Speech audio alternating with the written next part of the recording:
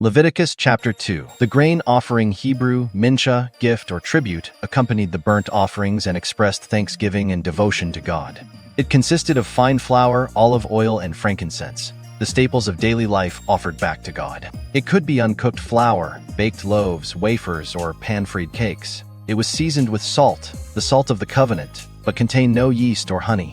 A portion was burned on the altar as a memorial portion, and the rest belonged to the priests for their food. When anyone brings a grain offering to the Lord, their offering is to be of the finest flour. They are to pour olive oil on it, put incense on it, and take it to Aaron's sons, the priests. The priest shall take a handful of the flour and oil together with all the incense, and burn this as a memorial portion on the altar, a food offering, an aroma pleasing to the Lord. The rest of the grain offering belongs to Aaron and his sons.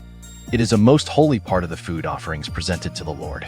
If you bring a grain offering baked in an oven, it is to consist of the finest flour, either thick loaves made without yeast and with olive oil mixed in, or thin loaves made without yeast and brushed with olive oil. If your grain offering is prepared on a griddle, it is to be made of the finest flour mixed with oil and without yeast.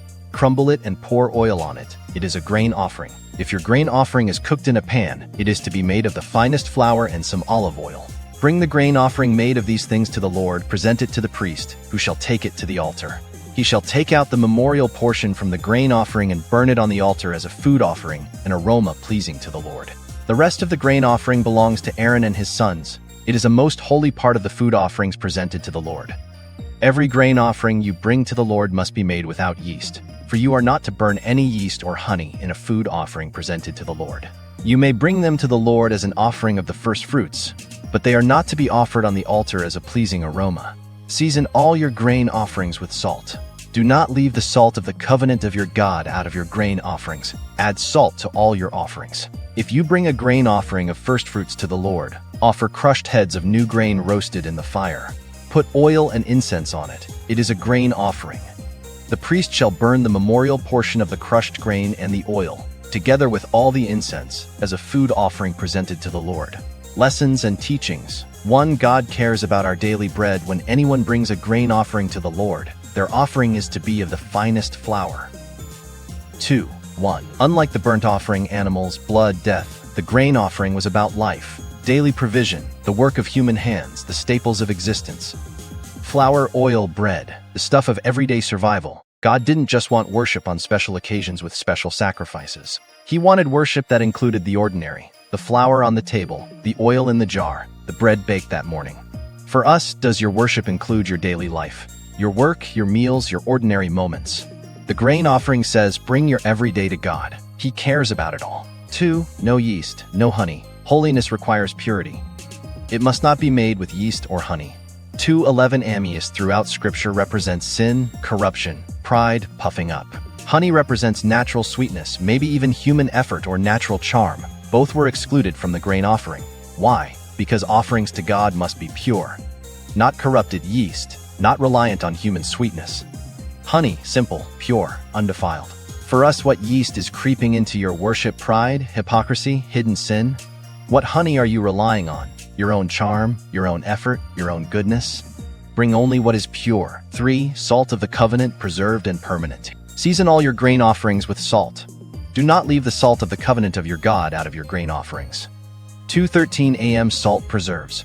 Salt purifies. Salt creates thirst, and salt was the symbol of God's covenant, permanent, lasting, faithful.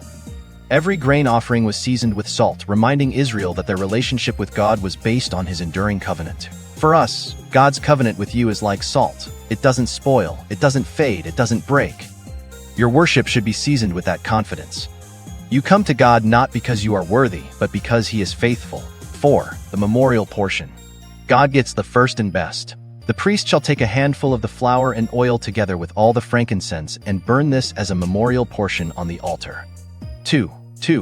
A handful, just a small part, was burned on the altar, but that handful represented the whole. By giving that portion to God, the worshiper acknowledged that all of it came from God and belonged to him. For us, tithing, offerings, giving, they're not about God needing your money. They're about acknowledging that everything is his. The memorial portion says, this represents that all of it is yours. 5. The priests ate the rest. Those who minister are provided for. The rest of the grain offering belongs to Aaron and his sons. It is a most holy part of the food offerings presented to the Lord. 2. 3. God didn't consume the whole grain offering. Most of it went to the priests, those who served at the altar, who gave their lives to ministry. God provided for his servants through the offerings of his people. For us, those who minister deserve to be supported. It is not charity. It is God's design. The New Testament echoes this. The worker deserves his wages. 1 Timothy 5:18. Subscribe, like, comment, and hit notification button for more videos, more Bible study, and more Bible knowledge. We got you.